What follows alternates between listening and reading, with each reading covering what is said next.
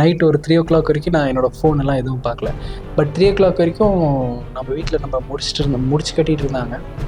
ஏன் அப்படி பண்ண இப்படி பண்ண அதை இருந்தாலும் இந்த விஷயத்துல தான் நான் அவங்கள எனக்கு ரொம்ப பிடிச்சிருந்தது, இல்லை இந்த விஷயத்துல நான் வந்து அவங்கள ரொம்ப அட்மையர் பண்றேன் அந்த மாதிரி நான் எது சொல்லுவேங்க? பாவனி நான் வந்து ரீல்ஸில் பார்த்தேன். நைட்டு நெக்ஸ்ட் டே நான் உள்ளே போகிறேன். ப்ரீவியஸ் டே என்கிட்ட ஃபோனில் நான் பார்த்துட்டு இருக்கும்போது பசங்கள்லாம் அனுப்பிச்சிட்டு இருந்தானுங்க. சரி, அவர் அவ்வளோ பெரிய ஸ்டார் இல்லை. அவர் என்கிட்டலாம் ஸ்டார் மாதிரி நடந்துக்கிட்டதே இல்லை. எங்க நீங்க ஒரு பெரிய சிம்பு ஃபேன். ஃபர்ஸ்ட் டைம் அவரை மீட் பண்ணும்போது எப்படி இருந்துச்சு? சிம்பு சாரை வந்து நான் ஃபர்ஸ்ட் மீட் பண்ணது வந்து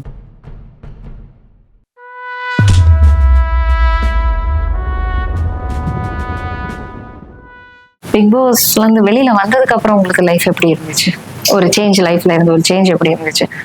மற்றவங்களோட ஆடியன்ஸாக இருந்தாலும் சரி, உங்கள் வீட்டில் இருக்கவங்களா இருந்தாலும், உங்களோட ஃப்ரெண்ட்ஸாக இருந்தாலும் என்னெல்லாம் விஷயம் சொன்னாங்க? நீ இந்த மாதிரி கிரிட்டிசைஸ் பண்ணுறது கூட இருக்கலாம், இந்த மாதிரி ஒரு நல்ல விஷயம் பண்ணாங்க, இந்த விஷயம் நல்லா இருந்துச்சு, இல்லைன்னா இந்த விஷயம் அது தப்பாக போயிடுச்சு. ஸோ என்ன மாதிரி எல்லாம் ரிவ்யூஸ் வந்து உங்களோட ஃப்ரெண்ட்ஸாக இருந்தாலும் உங்கள் ஃபேமிலியாக இருந்தாலும், நார்மல் நீங்கள் வெளியில் போகும்போது கூட யாராவது மீட் பண்ணும்போது கூட ஒரு அன்னோன் பர்சன் கூட சொல்லியிருக்கலாம், இந்த மாதிரி நீங்கள் பண்ணியிருக்கலாம், இல்லைன்னா இந்த மாதிரி ஒரு விஷயம் நல்லா இருந்துச்சு, அந்த மாதிரி சொன்ன ஏதாவது விஷயம்? சரி, நான் பிக் பாஸ்லேருந்து வெளியில் வரும்போது என்கிட்ட ஃபோன் எல்லாம் இல்லைல்ல, உள்ளேயும் ஃபோன் இருக்காது. நான் வெளியில் வந்தது என் ஃபோன் என் கைக்கு வரல. நைட் ஒரு 3:00 வரைக்கும் நான் என்னோடய ஃபோன் எல்லாம் எதுவும் பார்க்கல. பட் 3:00 வரைக்கும் நம்ம வீட்டில் நம்ம முடிச்சு கட்டிகிட்டு இருந்தாங்க. ஏன் அப்படி பண்ண இப்படி பண்ண அதை பண்ண இதை பண்ணன்னு திட்டிகிட்டே இருந்தாங்க. அப்புறம் ஒரு 3:00 என்னோடய ஃபோன் எனக்கு கிடச்சிச்சு. அப்போ நான் எடுத்து ஓப்பன் பண்ணி பார்க்குறப்ப தான் நான் பார்க்குறேன், என்னை இவ்வளோ பேருக்கு பிடிச்சிருக்கு, நான் பண்ணது இவ்வளோ பேருக்கு பிடிச்சிருக்குன்னு எனக்கு அப்போ தான் தெரிய வந்துச்சு. என் பேரில் நிறைய ஃபேன் கிளப்ஸ் இருந்தது. அதுக்கப்புறம் என் பேர் அது ரொம்ப ஷாக்கிங்காக இருக்குது. எனக்கும் பாவனியும் வச்சு நிறைய வீடியோ எடிட் பண்ணி போட்டிருந்தாங்க. அதெல்லாம் பார்க்குறப்போ ஐயோ இந்த மாதிரியெல்லாம் நம்ம பண்ணியிருக்கோமா உள்ள அப்படின்லாம் எனக்கு நிறைய ஷாக்கிங்காக இருந்தது. எல்லாருக்குமே பிடிச்சது என்னையும், நானும் பாவனியும் இருந்தது எல்லாருக்கும் ரொம்ப பிடிச்சது. அதுக்கப்புறம் என்னோட ஸ்டோரி எல்லாத்துக்கும் ரொம்ப பிடிச்சிருந்தது. நான் சொன்ன ஸ்டோரியில் நிறைய எனக்கு வெளியில் வந்தப்போ இந்த கேர்ள் ஃபேன்ஸ் இருக்காங்க, பாய் ஃபேன்ஸ் இருக்காங்க, அந்த மாதிரிலாம் விட எனக்கு நிறையா பசங்களோட பொண்ணுங்களோட அம்மாங்க வந்து நிறையா பேர் எனக்கு மெசேஜ் பண்ணுறது, என்கிட்ட கால் பண்ணி பேசுறது. ஏன்னா நிறையா பேருக்கு என்னோட ஸ்டோரி ரொம்ப பிடிச்சிருக்கு. என்னோட அம்மா, அவங்க கூட நான் இருந்தது வந்து அவங்களுக்கெல்லாம் பிடிச்சிருந்தது. அப்புறம் தான் மற்றதெல்லாம் எல்லாருமே பிடிச்சது இதெல்லாம் என்னோட ஸ்டோரி. அதுக்கப்புறம் நான் விளையாண்ட எல்லா டாஸ்க்லையுமே நான் ஜெயிச்சிருந்தேன். அது எல்லாருக்கும் அவங்களுக்கு பிடிச்சிருந்தது. நான் வந்து ரொம்ப கேர்ஃப்ரீயாக இருந்தேன், அதுவும் எல்லாருக்கும் புரிஞ்சது. ஜாலியாக இருந்தேன். லவ் ஸ்டோரி போகிறதுக்கு முன்னாடி நாள் நைட்ல இருந்து ஸ்டார்ட் ஆச்சு. அவங்கள ரொம்ப பிடிச்ச ரீசன் ஒரு பர்சன், எல்லா விஷயம் உங்களுக்கு அவங்க கிட்ட பிடிக்கும். இருந்தாலும் இந்த விஷயத்துல தான் நான் அவங்கள எனக்கு ரொம்ப பிடிச்சிருந்தது, இல்லை இந்த விஷயத்துல நான் வந்து அவங்கள ரொம்ப அட்மையர் பண்றேன், அந்த மாதிரி நான் எது சொல்லுவீங்க? அவங்கள நான் ஃபர்ஸ்ட் போகிறதுக்கு முன்னாடி ஒரு ரீல்ஸில் தான் நான் பார்த்தேன். பாவனி நான் வந்து ரீல்ஸில் பார்த்தேன். நைட்டு நெக்ஸ்ட் டே நான் உள்ளே போகிறேன். ப்ரீவியஸ் டே என்கிட்ட ஃபோனில் நான் பார்த்துட்டு இருக்கும்போது பசங்கள்லாம் அனுப்பிச்சிட்டு இருந்தானுங்க, இந்த பொண்ணுக்கிட்ட மட்டும் நீங்கள் பேசக்கூடாது அப்படின்னு சொல்லி அனுப்பிச்சிட்டு இருந்தானுங்க அவங்களோட ரீல்ஸ் எல்லாம். அப்படி ஒரு ரீல்ஸை பார்த்து தான் நான் பாவனி, அந்த ரீல்ஸ்லேயே எனக்கு அவங்க பிடிக்க ஆரம்பிச்சிட்டாங்க. அண்ட் உள்ளே போயிட்டு நான் எதிர்பார்க்கல, நானும் அவங்களுமே ஃப்ரெண்ட்ஸ் ஆகும், நாங்கள் 2 பேருமே அவ்வளோ பேச ஆரம்பிப்போம் அப்படின்லாம். அண்ட் இது எனக்கு தோணுச்சு, நான் தைரியமாக சொல்லிட்டேன், அவ்வளோதான். அப்படி அவங்க அக்செப்ட் பண்ணிட்டாங்க? இல்லை, அவங்க அக்செப்ட் பண்ணுறதுக்கு ரொம்ப காலம் பண்ணாங்களே. 2 இயர்ஸ் எடுத்துக்கிட்டாங்க அவங்க. வெயிட் பண்ணீங்க அது வரைக்கும்? ஜாலியாக இருக்கும் அது. ஒரு சைடு லவ் பண்ணிட்டு இருக்கிறது ஜாலியாக இருக்கும். கண்டிப்பாக. நல்லா ஹாப்பியாக இருக்கீங்க? ஹாப்பியாக இருக்கு. நீங்க எல்லாரும் என்ன நினைச்சிட்டு இருக்கீங்கன்னா, பிக் பாஸ்ல சும்மா உங்களை பார்த்து நான் பாட்டு பாடினேன்ல, அதை பார்த்துட்டு நான் நிறைய பாட்டு பாடுவேன் அப்படின்னு நினைச்சிட்டு இருக்கீங்க. எனக்கு சுத்தமா சொல்றேன், பாட்டே வராது, பாட்டு பாடவும் வராது. பட் அவகிட்ட நான் நிறைய சாங் வந்து நான் ஏதாவது ஒரு சாங் கேட்டேன்னா, இல்லை ஏதாவது ஒரு பாட்டு பிடிக்குது அப்படின்னா, இந்த பாட்டு உனக்காக டெடிகேட் பண்றேன், இல்லைன்னா இந்த சாங் உனக்காக அப்படின்னு சொல்லிக்கிட்டே இருப்பேன். இப்போ லேட்டஸ்டா சர்வமாயான்னு சொல்ல ஒரு மலையாள படம் இருக்குல்ல, அதில் ஒரு சாங் இருக்கு. அந்த சாங் நான் உனக்கு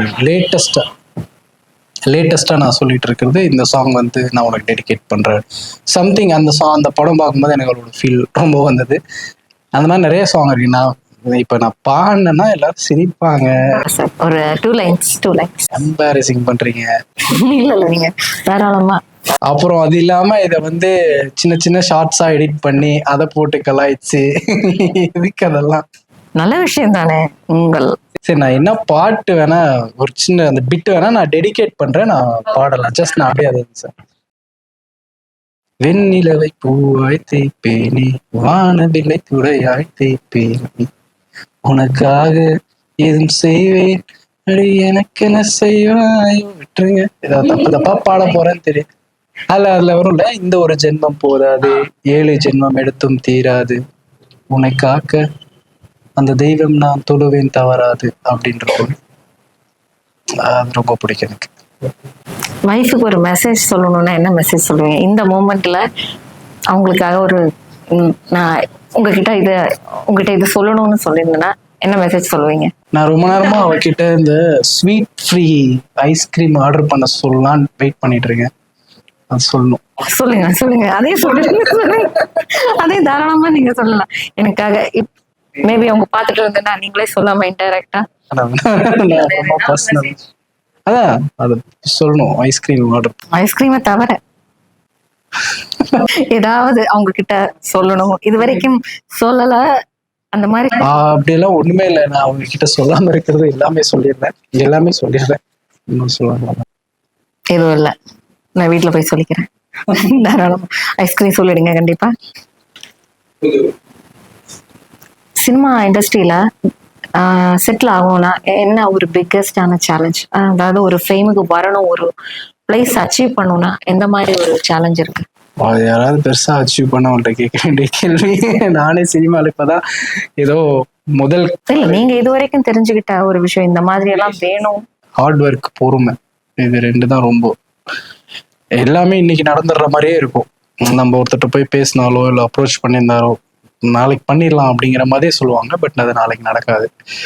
அந்த ரியாலிட்டி புரியறதுக்கே நமக்கு ஒரு 3 வருஷம் ஆகும். அந்த பொறுமையும் ஹார்ட் ஒர்க்கும் வந்து ரொம்ப இம்பார்ட்டன்ஸ். அது இருந்துச்சுன்னா நம்ம இருக்கிறத கண்டிப்பா அச்சீவ் பண்ணிடலாம். அண்ட் ஹார்ட் ஒர்க் வந்து வெரி வெரி இம்பார்ட்டன்ட். எங்கேயுமே விட்டுறவே கூடாது. நான் அப்படின்லாம் இருந்திருந்தா நான் இங்க வரைக்கும் எல்லாம் வந்திருக்க முடியாது. நான் வந்து இவ்வளவுதான் பண்ணியிருக்கேன். எனக்கே அவ்வளவு ஹார்ட் ஒர்க் தேவைப்பட்டிருக்குன்னா இன்னைக்கு ஒவ்வொருத்தருமே உச்சத்துல இருக்கவங்க எவ்வளவு ஹார்ட் ஒர்க் பண்ணிருப்பாங்கிறது வந்து யோசிச்சுக்கிறோம். நம்மளே யோசிச்சு. கண்டிப்பாக. உங்களுக்கு வந்து பெஸ்ட் காம்ப்ளிமெண்ட் என்ன? பெஸ்ட் காம்ப்ளிமெண்ட் வரைக்கும் சொல்லும்போது சொல்லு. பிரபுதேவா மாஸ்டர் என்னைக்காவது ஒரு நாள் கொரியோ பண்ணதை பார்த்துட்டு நல்லா பண்ணியிருக்கேன்னு சொல்லுவாருன்னு வெயிட் பண்ணிட்டு இருக்கேன். அது என்னைக்கு அஜித் சார் என்ன ரொம்ப அழகா இருக்கேன்னு சொல்லியிருக்காரு. அதுதான் எனக்கு வந்து காம்ப்ளிமெண்ட், ரொம்ப பெரிய காம்ப்ளிமெண்ட். கண்டிப்பாக அழகா தான் இருக்கீங்க. தேங்க்யூ. இந்த கான்ஃபிடென்ட் இல்லாம எனக்கு ரொம்ப இருந்தது. பட் அவர் சொன்னது வந்து பெரிய காம்ப்ளிமெண்ட். அஜித் சார் உங்களுக்கு ரொம்ப பிடிக்குமா? எதனால அஜித் சாரை ரொம்ப பிடிக்கிறதுக்கு ஒரு ரீசன் எதனால? அவரை பிடிக்கிறதுக்கு ரீசன் நிறைய ரீசன் இருக்கு. இப்போ எனக்கு வந்து அவர் ஒரு கார் ரேசிங் பிளஸ் வந்து handsome. First of all our ஹேண்ட்ஸமா இருக்கிறாரு. எனக்கு அதனால வந்து அஜித் சார் ரொம்ப பிடிக்கும். செகண்ட் வந்து பார்த்தோன்னா கார் ரேசிங் அந்த மாதிரி எல்லாம் இருக்கு. ஸோ அதனால பிடிக்கும். உங்களுக்கு எந்த மாதிரி, எதனால வந்து? அவர் அவ்வளோ பெரிய ஸ்டார் இல்லை. அவர் என்கிட்ட எல்லாம் ஸ்டார் மாதிரி நடந்துகிட்டதே இல்லை. நாங்கெல்லாம் ஒன்னாவே இருந்தோம். இந்த 15 நாள் ஒரு நாள் கூட ஒரு ஸ்டார் மாதிரி நடந்துகிட்டதே இல்லை. எனக்காக கால் பண்ணி அவர் அடுத்த படம் பண்ற படத்துல இந்த பையனுக்கு கோரியோகிராஃபி சான்ஸ் கொடுங்க அப்படின்னு சொல்லி அந்த டைரக்டர் எனக்கு கால் பண்ணி இப்படி அஜித் சார் உங்ககிட்ட பேச சொன்னாரு, அடுத்த படத்துல உங்களுக்கு கோரியோகிராஃபரா போட சொன்னாரு அப்படின்னு. அஜித் சார் வந்து என்னையே அப்படி சொல்லணும். அப்ப அவர் அந்த அளவுக்கு எல்லாத்தையுமே. ஸோ நான் என்ன வந்து சின்ன ஒரு பாயிண்டா சொல்றேன். அவர் அந்த மாதிரி அவர் கூட யார் இருக்காங்களோ அவங்க எல்லாத்துக்குமே வந்து அவர் ஹெல்ப் பண்ணணும்னு ஒரு மைண்ட் இருக்கு அவருக்கு. அது எனக்கு ரொம்ப பிடிச்சிருக்கு. அண்ட் அவரு நம்ம வந்து இப்பதான் அவர் கூட இருக்கோம், ஒரு 15 நாள் நடிக்கிறோம் அவர் கூட, அவ்வளவுதான். அவருக்கும் எனக்கும் இருக்க ரிலேஷன்ஷிப். அந்த ரிலேஷன்ஷிப்லயே அவர் வந்து என் லைஃப்ல நான் என்னென்னலாம் பண்ணணும்னு சொல்லி எனக்கு உட்கார வச்சு ஒரு 3 hours லெசன் எடுக்கிறாரு. நீ இப்படி இருந்தாதான் இதை பண்ண முடியும், அப்படி இருந்தாதான் அதை பண்ண முடியும். ஸோ அப்படின்னு ஒரு 3 hours லெசன் எடுக்கிறாரு அப்படின்னா அவருக்கு வந்து அவ்வளவு பிடிக்குது மற்றவங்களுக்கு ஹெல்ப் பண்றது. அது எனக்கு ரொம்ப பிடிச்சிருந்தது அவர்கிட்ட. தலையா தளபதியா? அப்பா, எப்பவும் கேக்குற கொஸ்டின் தான், இருந்தாலும் லிட்டில் சூப்பர் ஸ்டார் சிம்பு. கண்டிப்பாக. உங்களோட ரோல் மாடல் யார் சார்? பிரபுதேவா மாஸ்டர். பிரபுதேவா. கண்டிப்பாக. இந்த ட்ரோல்ஸ் எல்லாம் இப்போ நீங்க சொல்லியிருந்தீங்க, இந்த பிக் பாஸ் வந்ததுக்கு அப்புறம் நிறைய ட்ரோல்ஸ் வீடியோஸ் எல்லாம், இந்த ட்ரோல்ஸ் எல்லாம் எப்படி ஹேண்டில் பண்றீங்க? ஏன்னா அது பெருசா எடுத்துக்க மாட்டேங்க. ஏன் அப்படின்னா, ட்ரோல் பண்றவங்க அதுக்கப்புறம் எல்லாருமே இருப்பாங்கல்ல. அது அந்த கேங் கூட தான் நானுமே இருந்திருக்கேன். அங்க இருந்தா நானும் வந்தேன். நமக்கு தெரியும் நம்ம பசங்களை பத்தி அப்படிங்கிற மாதிரிதான். அது நான் பெருசா எடுத்துக்கிறதே இல்லை, அதை கண்டுக்கிறதே இல்லைன்னா விட்டுருவேன் அவ்வளவு. ஒரு நல்ல ஏதாவது ஒரு ஆப்பர்ச்சுனிட்டிஸ் வந்து மிஸ் பண்ணியிருக்கீங்களா? ஏதாவது ஒரு ரோல் வந்து அந்த டைம்ல ஏதாவது ஒரு இஷ்யூஸ் வந்து உங்களால் அது அந்த டைம் வந்து அது மேனேஜ் பண்ணிக்க முடியலைன்னு மிஸ் பண்ண ஏதாவது சான்ஸ்? சரி, நான் என் லைஃப்ல ரொம்ப பெரிய ஒரு ஆப்பர்ச்சுனிட்டிக்காக வெயிட் பண்ணிட்டு வந்தது வந்து, நான் என் கெரியரை ஸ்டார்ட் பண்ணும்போது பிரபுதேவா மாஸ்டரை பார்த்தா போதும் அப்படின்னு இருந்தது. அவரை பார்த்ததுக்கு அப்புறம் அவர் கூட ஆடினா போதும் ஸ்டேஜ்ல அப்படின்னு. அது ஆடி முடிச்சதுக்கு அப்புறம் அவர் கூட ஒரு கோரியோகிராஃபி இல்லை அவர் கூட ஒரு சின்ன வேலை கிடைச்சா போதும் அப்படின்னு இருந்தது. அதுவும் எனக்கு கிடைச்சிச்சு. நான் அவருக்கே கொரியோகிராஃபி பண்றதுக்கு ஒரு சான்ஸ் கிடைச்சிச்சு. நான் பிரபுதேவா மாஸ்டருக்கு நான் கொரியோகிராஃபி பண்றேங்கிறது வந்து லைஃப் டைம் அச்சீவ்மெண்ட் மாதிரி. ஸோ அது வந்து அந்த ஆப்பர்ச்சுனிட்டி எனக்கு கிடைச்சது. கிடைச்சதை நான் கரெக்டாக யூஸ் பண்ணிக்கல, அதுதான் உண்மை. நான் ஏன் கரெக்டாக யூஸ் பண்ணிக்கல அப்படின்னா, இப்போ அவரோட லேட்டஸ்ட்டாக ஒரு இன்டர்வியூ பார்த்தேன். அப்போ அவர்கிட்ட கேட்கும்போது, சார் நீங்கள் பெரிய பெரிய கொரியோகிராஃபர், பெரிய பெரிய ஆர்டிஸ்ட்டுக்கெல்லாம் கொரியோகிராஃப் பண்ணும்போது உங்களுக்கு நர்வஸ் இல்லையா அப்படி இருந்தது. அப்போ அவர் வந்து, எனக்கு அதெல்லாம் ஒன்றும் இல்லை, அங்கே நான் தான் கிங்கு அப்படின்னு அவர் கான்ஃபிடென்ட்டாக சொல்கிறார். அந்த கான்ஃபிடென்ட் எனக்கு அந்த அன்னைக்கு இல்லை. அவர் இருக்கும்போது அவருக்கு நான் ஸ்டெப் சொல்லி கொடுக்கும்போதோ, இல்லை இப்போ நம்ம ஒரு லீடு எடுக்கிறோம் 5, 6, 7, 8ன்னு ஒரு லீடு கொடுக்கறதுக்கு கூட எனக்கு வந்து என் மைண்ட் ஒர்க் ஆகலை. நான் 5, 6, 7, 8 தப்பாக தான் சொன்னேன். லீடோட டைமே வந்து பிரபுதேவா மாஸ்டருக்கு நான் கொரியோகிராஃப் பண்ணும்போது 5, 6, 7, 8ஓட டைமிங் நான் தப்பாக தான் சொன்னேன். அது வந்து எனக்கு இப்போ வரைக்குமே அது எனக்கு ரொம்ப உள்ள உறுத்திட்டே இருக்கு. ஏன் அப்படி பண்ணேன் அப்படின்னா, பட் ஆப்வியஸ்லி எனக்கு ரொம்ப பயமா இருந்தது. அவருக்கு நான் கொரியோ பண்றேங்கிறது வந்து பெரிய பயமா இருந்தது. அவர் முன்னாடி அங்க கேமராவை சொல்றதுக்கோ இல்லை இதெல்லாம் சொல்றதுக்கோ எனக்கு ரொம்ப பயம் இருந்தது. அதை நான் கரெக்டாக அந்த அன்னைக்கு பண்ணல. ப்ராக்டிக்கலாக டிஃபிகல்ட்டிஸ் நிறைய இருந்தது. அன்னைக்கு சொன்ன டைம் வேற, நடந்தது வேற, லொக்கேஷன்ல சில விஷயங்கள்லாம் நடந்துச்சு. இதெல்லாம் வந்து அது பழி போடவும் நான் விரும்பல. பட் இதெல்லாம் இருந்துச்சு. பட் நான் என் வேலையுமே நான் கரெக்டாக அந்த அன்னைக்கு பண்ணலை அப்படிங்கிறது எனக்கு நல்லா தெரியும். அது நான் மிஸ் பண்ண நான் அந்த அன்னைக்கு என்னோட ஃபோன் எடுக்கல, நான் அவரை விட்டு எங்கேயுமே போகல, அவர் பக்கத்துலேயே தான் இருந்தேன். ஷார்ட் பை ஷார்ட் எல்லாத்தையுமே கரெக்டாக தான் எடுத்துட்டு இருந்தேன். பட் என் மனசுக்கு அது என்ன இருந்துச்சுன்னா, இது நம்ம பண்ண வேலை பத்தாது, நான் அப்படியே ஒர்க் பண்ற பையன் இல்லை, இது நான் பண்ணது கரெக்டாக நான் பண்ணல, கிடைச்ச ஆப்பர்ச்சுனிட்டி நான் கரெக்டாக யூஸ் பண்ணல அப்படிங்கிறது எனக்கு இருக்கு. நான் தலையா தளபதி எனக்கு நீங்க லிட்டில் சூப்பர் ஸ்டார் எஸ்டிஆர்னு சொல்லியிருக்கீங்க. ஸோ இது ஒரு ஃபேன் பாய் மொமெண்ட்ல சில விஷயங்கள்லாம் கேட்குறேன். நீங்க ஒரு பெரிய சிம்பு ஃபேன், ஃபர்ஸ்ட் டைம் அவரை மீட் பண்ணும்போது எப்படி இருந்துச்சு? சிம்பு சாரை வந்து நான் ஃபர்ஸ்ட் மீட் பண்ணது வந்து பிக் பாஸ் அல்டிமேட் அந்த செட்டில் தான் நான் ஃபர்ஸ்ட் டைமாக மீட் பண்ணேன். நான் வந்து சின்ன பையனா இருக்கும்போது பாபாவை படமும் ரிலீஸ் ஆச்சு. அப்போ அதில் ஒரு சாங் இருந்தது, B to the A to the B to the A Baba அப்படின்னு ஒரு ரேப் சாங் இருக்கும். அந்த சாங் எனக்கு ரொம்ப பிடிச்சிச்சு சின்னதில். அப்புறம் காதல் அழிவதில்லைன்னு ஒரு படம் வந்துடுது, சிம்பு அவரோட படம் வந்துச்சு. அப்போது அதில் ஒரு ஃபைட் சீக்வன்சஸ் இருக்கும். அவர் என்ன பண்ணுவார், பேக் பாக்கெட்டில் கை விட்டுருப்பாரு, கை விட்டுக்கிட்டு அந்த ஃபைட் பண்ணுவார். அப்போது இதே மாதிரி ரேப் பாட்டு அங்கே ஒன்று சாங் ஒன்று அந்த இடத்துல வரும். அவ்வளோதான், நான் அங்கே ஃபேன் ஆனது தான் அவருக்கு. என் மனசில் நீயே தானா அந்த இடத்துல ஸ்டார்ட் ஆச்சு அவர் மேலே ஒரு பைத்தியமான ஒரு ஃபேன் பாய் மூமெண்ட்டு. அங்கேருந்து நான் இப்போ வரைக்கும் அவரோட ஃபேன். அவரை மாதிரி கை ஃபுல்லாக இது கட்டிட்டு சுற்றிட்டு இருந்திருக்கேன், ஒயரிங் போட்டுட்டு. அவரை மாதிரி ஹேர் ஸ்டைல் வைக்கிறது, அந்த மன்மதனில் அவர் கட்டின அந்த பேண்ட் கட்டுறது, அக்சரிஸ் போடுறதுன்னா அவர் தானே ஃபர்ஸ்ட் பாய்ஸ்க்கு கொண்டு வந்தது. கழுத்தில் ஒரு பிளேடு போடுவார், அப்புறம் ஒரு புல்லட் போடுவார். அப்புறம் தம் படத்தில் அவர் இங்கே ஒரு டிக் போட்டுட்டு ஃபர்ஸ்ட் சாங் டான்ஸ் ஆடியிருப்பார், கலக்குவேன் கலக்குவேன் கட்டுவேன். அந்த மாதிரி நான் டிக் போட்டுட்டெல்லாம் சுற்றிருக்கேன். அவ்வளோ எனக்கு சிம்பு சாரை பிடிக்கும். அப்போதுலேருந்தே நான் ஃபேன். அதுக்கப்புறம் வல்லவன் படம் வந்து, வல்லவன் படம் ரிலீஸ் ஆகும்போது ஒரே டைமில் 6 படம் ரிலீஸ் ஆகுது. வல்லவன், வரலாறு, வாத்தியார், தலைமகன், வட்டாரம் அப்படின்னு சொல்லி ஒரு எல்லா படமும் ரிலீஸ் ஆகுது. வரலாறு அஜித் சாரோட படம், தியேட்டர்லாம் ஃபுல் கூட்டம். நானும் வெயிட் பண்ணிட்டு இருக்கேன் வல்லவன் படத்துக்கு. காலையில் 6 மணிலேருந்து நின்றுட்டு இருக்கேன், ஸ்டெப்ஸில் உட்காந்துட்டு இருந்தேன் டிக்கெட் வாங்குறதுக்கு, கேஜி தியேட்டரில் கோயம்புத்தூரில். அப்போது அந்த டிக்கெட் கிடைக்கல அந்த அன்னைக்கு. அப்புறம் ஒரு படமும் வந்து ரிலீஸ் ஆகலை, ஃபர்ஸ்ட் ஷோ வந்து வல்லவன் ரிலீஸ் ஆகலை. ரொம்ப அப்செட் ஆகி நான் அங்கேயே உட்காந்துருக்கேன். காலைல 6 மணிலேருந்து மதியானம் 11 வரைக்கும் அங்கே உட்காந்துட்ருக்கேன். 11:30 எங்கள் அம்மா அந்த தேட்டருக்குள்ளே வராங்க. நான்லாம் முடிஞ்சேன்டா இன்னைக்கு அடி பிச்சு எடுக்க போகிறாங்கன்னு நான் நினச்சிட்டு இருந்தேன். பட் அவங்க எனக்கு கொண்டாந்து டிக்கெட் கொடுத்தாங்க அந்த படம் பார்க்கறதுக்கு. அன்னைக்கு வல்லவன் படம் 2 மணிக்கு தான் ரிலீஸ் ஆச்சு ஃபர்ஸ்ட் ஷோ. இதெல்லாம் எனக்கு இன்னும் ஞாபகம் இருக்குது. அது ஃபர்ஸ்ட் ஷோ பார்த்தேன். அவ்வளோ ஒரு சிம்பு சார் பைத்தியம். அவரோட நம்பர் கிடச்சிச்சு எனக்கு சின்ன வயசில், நான் ஸ்கூல் படிக்கும்போது. அப்போல்லாம் ஸ்கூல் பசங்கள்ல லூஸ்தனமாக என்ன பண்ணுவோம், கால் பண்ணி சிம்பு வா அப்படின்லாம் கேட்குறது, இந்த மாதிரியெல்லாம் சேட்டையெல்லாம் பண்ணியிருக்கேன். பட் அப்புறம் அவர் எப்படா பார்ப்போம் அப்படின்லாம் கொஞ்சம் இந்த சினிமாக்கெல்லாம் வந்த பிறகு வெயிட் பண்ணிட்டு தான் இருந்தேன். அப்படி பார்த்தது தான் பிக் பாஸ் அல்டிமேட் ஃபினாலேல.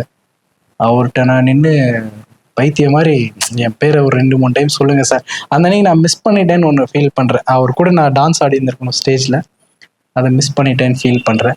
அதுக்கப்புறம் அவரை ஒரு அவார்ட் ஃபங்க்ஷனில் மீட் பண்ணேன். நான் த்ரிஷா மேம் கூட பர்ஃபார்ம் பண்ணேன். அப்போ அவர் கீழே இருந்தார். போகும்போது ஆடிட்டே இருக்கடா எல்லா இடத்துலையும் அப்படின்னு சொல்லிட்டு அவர் போனார். அவ்வளோ பிடிக்கும் எனக்கு. மூவிஸ்ல ரொம்ப பிடிச்ச ஒரு டைலாக் சொல்ல முடியுமா? சிம்பு சார் படத்துலையா? நான் சிம்பு சார் படத்துல எல்லா டைலாக்குமே மனப்பாடமா சொல்லுவேன். ரொம்ப பிடிச்ச ஒரு டைலாக் சொல்ல முடியுமா? நிறைய டைலாக் எனக்கு பிடிக்கும் அவரோட. அந்த ஆக்ஷனோட சொல்லுங்க, அந்த எமோஷனோட சொல்லுங்களேன். இருங்க, நான் என்ன சொல்லலாம்னு யோசிச்சுக்கிறேன். வல்லவன் படத்துலயா? அதே எமோஷனோட அதே எக்ஸ்பிரஷனோட சொல்லணும். இல்லை, நிறைய இருக்கும் எனக்கு. அது நான் எது சொல்லலாம்னு யோசிச்சுட்டு இருக்கேன். இந்த சரவணா படத்துல எல்லாம் சும்மா செம்ம செம்ம செம்ம செம்ம சம்மானம் பண்ணிடுவாடா, அப்படி சரவணா வச்சுக்காதீங்கடா என்கிட்டன்னு. அதுக்கப்புறம் ஃபர்ஸ்ட் படத்துல அவர் இந்த மாதிரி ஒரு கை ஆக்ஷன் பண்ணுவாரு. ஒரு ஆக்ஷன் ஓகே, அவர் பண்ற ஒரு ஆக்ஷன் நான் பண்றேன். காதல் எழுபதி படத்துல ஃபர்ஸ்ட் படத்துல அவர் இப்படி பண்ணுவாரு அப்படின்னு பண்ணுவாரு. அதுக்கப்புறம் தம் படத்துல இந்த மாதிரி ஒரு சிம்பிள் பண்ணுவாரு. அதுக்கப்புறம் அவரோட 3வது படம் அலைன்னு நினைக்கிறேன், அதில் இப்படி பண்ணுவாரு. அதுக்கப்புறம் குத்து படத்துல இது தாயம் ஜெயிக்கிறதுக்கு மட்டும்தான் விளங்கும் அப்படின்னு சொல்லுவாரு. அதுக்கப்புறம் மன்மதன் படத்துல இந்த இதை ரோல் பண்ணி அப்படி தலையில போடுவாரு. அந்த ட்ரம்ஸ் பீட்டு முடிச்சதுக்கு அப்புறம் அப்படி சுத்தி அப்படி தலையில போடுவாரு. அதுக்கப்புறம் அதுல இந்த வைஷு மேட்டர் எனக்கு ரொம்ப பிடிக்கும். என்ன வைஷு, கம்பைன் ஸ்டடி பண்றதுக்கு வேணும் ஆகணும் ஃபண்ட்ஸ் வைக்கிறேன் அப்படின்னு சொல்லுவாரு. அது எனக்கு ரொம்ப பிடிக்கும். வல்லவன் படத்துல எல்லாருக்கும் பிடிச்ச அந்த சீன் தான், அந்த கீதா அந்த சிம்பு டைலாக். ஏதாவது ஒரு ரொமான்டிக்கான ஒரு இது கூட ஒரு டைலாக், இல்ல கோவத்துல இருக்கிற மாதிரி கீதா கிட்ட சொல்றியோ இல்ல நயன்தாரா கிட்ட சொல்ற மாதிரியோ ஏதோ ஒரு டைலாக், அதே எக்ஸ்பிரஷன்ல அதே எக்ஸ்பிரஷன்லாம் ஒரு மாதிரிலாம் ஒரு மாதிரி எனக்கு டைலாகும் சரியா அவ்வளோ ஞாபகம் இல்லை. பட் நான் அந்த வல்லவன் படத்துல சொல்லுவார்ல அந்த டைலாக் நான் சொல்றேன், ஜஸ்ட் ட்ரை பண்றேன் சொல்லலாங்களா. இல்லை, அவளை கூப்பிடுவாரு கிட்ட, இங்க வா கீதா அவங்ககிட்ட ஒன்று சொல்லணும் கிட்டோ அப்படின்னா அவங்கள அப்படியே ஆசையா ஓடிடுறான். இனிமேல் காலையில எந்திரிச்ச உடனே நான் எந்திரிச்சிட்டேன்னு உனக்கு ஃபோன் பண்ணி சொல்ல மாட்டேன், ஏன்னா நான் தான் உன்னை லவ் பண்ணல. இனிமேல் காலையில வீட்டுல இருந்து ஸ்கூலுக்கு வரும்போது ஒரு சின்ன கேப் இருக்கும்ல, அப்போ உன்னை பத்தி யோசிக்கவே மாட்டேன், ஏன்னா நான் தான் உன்னை லவ் பண்ணல. ஸ்கூலுக்கு வந்ததும் டீச்சர் டீச் பண்ணும்போது ஃபுல் கான்சன்ட்ரேஷன் அதை மட்டும்தான் கவனிப்பேன், உன்னை பத்தி நினைக்கவே மாட்டேன், ஏன்னா நான் தான் உன்னை லவ் பண்ணல. ஸ்கூல் முடிஞ்ச உடனே நான் வீட்டுக்கு ஓடிடுவேன், உன் கூட டைம் ஸ்பெண்ட் பண்ணவே மாட்டேன், ஏன்னா நான் தான் உன்னை லவ் பண்ணல. நைட்டு சாப்பிட்டு நல்லா கொரட்டை விட்டு தூங்கு, நான் தான் உன்னை லவ் பண்ணல. அந்த மாதிரி ஒரு பெரிய லென்த்தியா சொல்லுவார்ல அந்த டைலாக். பட் அவரை மாதிரியே சொல்ல முடியல, ஏன்னா எனக்கு டைலாக் கரெக்டா தெரியல. இன்னொரு டைலாக் இருக்குமே, அந்த ஆண்டவனா பார்த்து எனக்கு ஒரு பொண்ணா கொடுப்பேன், அந்த மாதிரி ஒரு டைலாக் இருக்குமே, என்ன சொல்லாமா? நான் லவ் பண்ணதுல தப்பு பண்ணலடி, யாரை லவ் பண்ணுங்கிறதான் தப்பு பண்ணிட்டேன். நான் ஒரு பொண்ணை லவ் பண்ணிருக்கணும், நான் உன்னை லவ் பண்ணிட்டேன் சொல்லுவேன். நானும் எங்க அம்மா மட்டும், நான் அம்மா அண்ணா இருந்தோம். அப்புறம் அண்ணா ஒரு ஸ்டேஜ் நீங்க அச்சீவ் பண்ணணும்னு நினைச்சா கூட நிறைய விஷயங்கள் இப்போதைக்கு அச்சீவ் பண்ணிருக்கீங்க. ஸோ அம்மா இருந்தேன்னா அவங்க எந்த மாதிரி ஃபீல் பண்ணியிருப்பாங்க? அவங்க எனக்கு தெரிஞ்சு என்னை விட அவங்க இந்த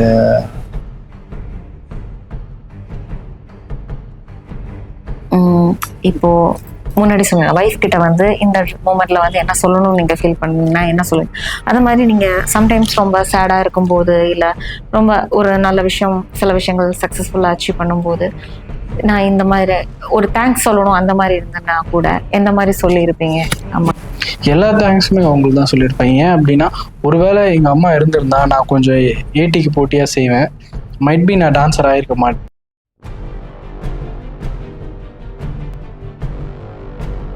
அவங்களுக்கு க்ரஷ் லிஸ்ட் இருக்கலாம், உங்களுக்கு இருக்கக்கூடாது. ஆமா, எனக்கு இருக்கக்கூடாது. எனக்கு இருந்தாதான், எனக்கு இருந்தாலும் சோத்தில் விஷம் வைக்கப்படும். இப்போ வரப்போற அப்கமிங் ப்ராஜெக்ட் பத்தி ஏதாவது சொல்ல முடியுமா? இப்போ வரப்போற அவங்களோட நானும் ஹரிஷ் கல்யாணம் சாரும் சேர்ந்து